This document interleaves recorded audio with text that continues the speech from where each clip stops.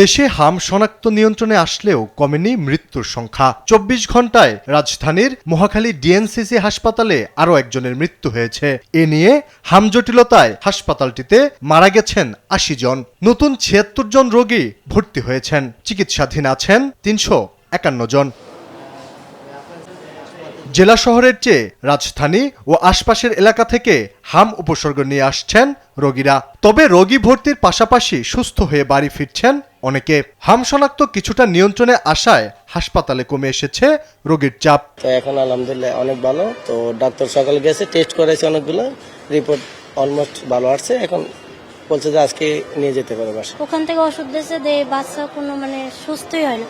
পরে তার আবার অনেক অফিসে চাকরি করে না, ওখান থেকে বলছে তাড়াতাড়ি এখানে নিয়ে আসতে বলছে। পরে নিয়ে আসলাম। প্রথমে ১৫ দিন আগে একজন নিয়ে আসছিলাম, গরমে সুস্থ হয়েছে এখান থেকেই।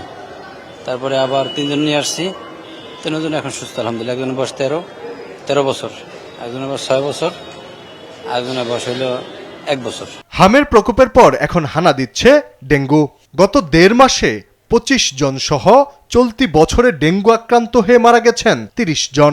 আক্রান্ত ৮০০-র বেশি মানুষ। হাম ডেঙ্গুর থাবা থেকে সবাইকে বাঁচতে পরিষ্কার পরিচ্ছন্ন ও সতর্ক থাকার পরামর্শ বিশেষজ্ঞদের।